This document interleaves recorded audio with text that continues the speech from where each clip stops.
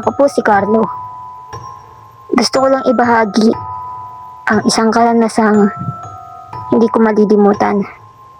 Isang gabi iyon ng pagbabantay sa ospital na naging bangungot habang ako'y kising. Taong 2019, nang maaksidente ang tiyuhin kong si Tito Lando.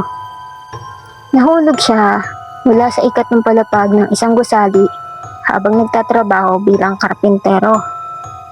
Agad ho siyang dinala sa isang pampublikong ospital sa Maynila. At dahil ako ang pinakamalapit na kamag-anak niya sa syudad, ako ang nagboluntaryong magbantay. Hindi ako sanay sa ospital. May kung anong damig sa hangin kahit hindi malamig ang panahon. May kung anong amoy na hindi ko maipaliwanag. Amoy alcohol na may halong luma at bulok. Pero dahil kamag-anak ko si Tito, tiniis ko na lang ho. Ipinwesto siya sa isang lumang ward sa ika-4 na palapag. At ayon sa nurse, renovation daw noon ang bagong building. Kaya sa dating lumang gusali muna sila naglalagay ng pasyente. Tahimik ang lugar na yun. Tapos madilim ang hallway. Parang hindi gaanong ginagamit. Unang gabi pa lang ng pagbabantay ko, may napansin na akong kakaiba.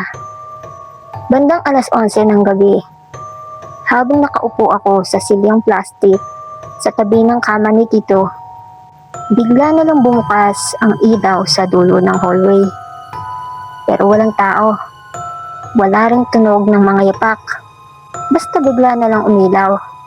Saka namatay uli. Inisip kong baka sira lang ang switch. Muspaw habang lumalalim ang gabi, mas lalo kong naramdaman ang bigat sa paligid. Hindi lang ito pagod. Ibang bigat. Parang may nanonood. May mga sandaling parang may humahaplos sa batok ko. O may malamig na hiningang dumadampi sa batok ko kahit walang bukas na bintana.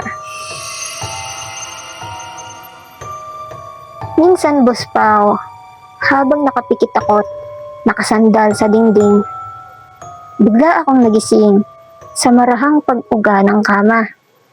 Akala ko ay gumagalaw si Tito. Pero nang tumingin ako, mahimbing pa rin ang tulog niya. Pero yung kama, Boss Pao, gumagalaw. Parang may biglang humiga sa tabi niya. Bumigat ang kutsyon. Ramdam ko yun. Kahit nakaupo lang ako sa gilid. Sumilip ako sa ilalim ng kama. Walang tao. Ilang minuto ang lumipas. May marahan akong narinig na tila ungol. Galing ito sa pasilyo. Mahina lang yun pero paulit-ulit. Parang taong nahihirapan. Hindi iyon sigaw. Hindi rin iyak. Kundi ungol. Dumungaw ako sa hallway. Walang pasyente roon sa mga kama. Karamihan sa kanila ay bakante. Pero naroon pa rin ang ungol.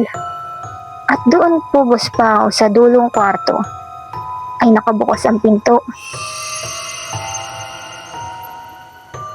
Dahan-dahan akong lumapit. Wala pong ilaw at madilim ang paligid. Bawat hakbang ko, tila may tunog ang sahig. Lumalangit-ngit na parang reklamo ng matandang kahoy. Habang papalapit ako, mas lumalakas ang ungol. Pero pagdating ko sa mismong pinto, tumigil ito. Pumasok ako, Boss Pao, pero walang tao sa loob. Merong isang kama, may monitor, may lumang oxygen tank, pero walang pasyente. Bumalik ako sa kwarto ni Tito. Kabado ako noon. Hindi na ako nakatulog buong gabi. Sa ikalawang gabi, mas tumindi ang mga nangyayari. Habang ako'y nagbabantay, napansin kong tila palaging basa ang sahig tuwing madaling araw. At may tubig na parang galing sa sahig. Pero walang tagas mula sa kisame. Isang beses pa, sumilip ako sa banyo sa dulo ng hallway. At doon ko nakita, Boss Pao, may basang bakas ng paa mula sa loob ng CR palabas. Maliit ang hugis, parang bata. Pero walang batang pasyente sa floor na iyon. Kinabukasan, tinanong ko ang isang matandang janitor na nagsisipilyo sa lababo. Nagpakilala siya bilang Mang Celso. Mahinang tinig niyang sinabi, "Huwag kang masyadong titingin sa salamin kapag madaling araw. Kasi minsan, hindi sarili mo ang makikita mo." Gusto hindi ko alam kung tinatakot niya lang ako o totoo ang sinasabi niya. Pero kinagabihan, habang naglalakad ako papunta sa dispenser para kumuha ng tubig, napadaan ako sa harap ng salamin. Gabi na noon at wala akong ibang kasama sa hallway. Habang ako'y naglalakad, napalingon ako sa salamin. Nandoon ako, pero hindi ako ang nakatingin pabalik.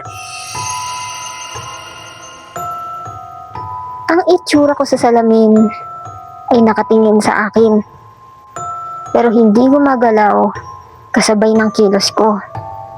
Nakanganga iyon, maputla at may dugo ang mata. Nang lumapit ako para tignan na maigi, bigla itong ngumiti. Parang ngumiting walang buhay. Sobra akong natakot, Boss Pao. Kaya tumakbo ako pabalik sa kwarto. Nanginginig ang kamay ko at ayokong ipikit ang mga mata ko. Ayokong tumingin sa kahit anong refleksyon. Sa huling gabi ng pagbabantay ko, hindi ko na kayang umupo lang. Nakadikit ang likod ko sa dingding. Hawak ang rosaryo ng lola ko habang pinagmamasdan ang kama ni Tito. 3:00 ng madaling araw, biglang bumukas ang pinto. Walang hangin dumadaan at walang tao sa hallway. Basta lang bumukas. Mula sa pinto, may humakbang na anino. Mabagal iyon, walang tunog ang yapak at wala ring muka. Basta, itim lang. Tila may suot iyong hospital gown na duguan ang laylayan. Dumiretso ito sa kama ni Tito at tumayo iyon sa ulunan niya. Hindi ako makagalaw, Boss Pao. Hindi rin ako makasigaw.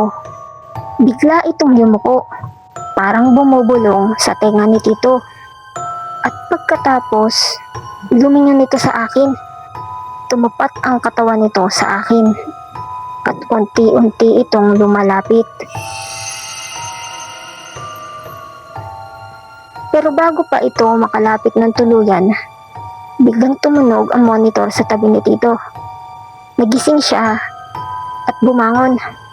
Mabilis ang tibok ng puso niya. Nawala na yung anino, Boss Pao. Parang usok na natunaw sa dilim.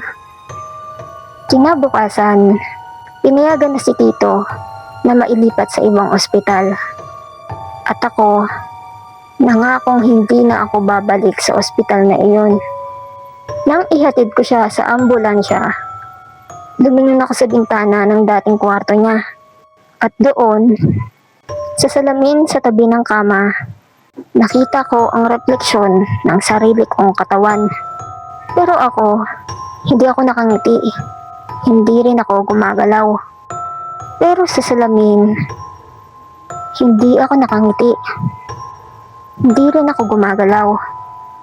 At sa likod ko ay may nakatayong itim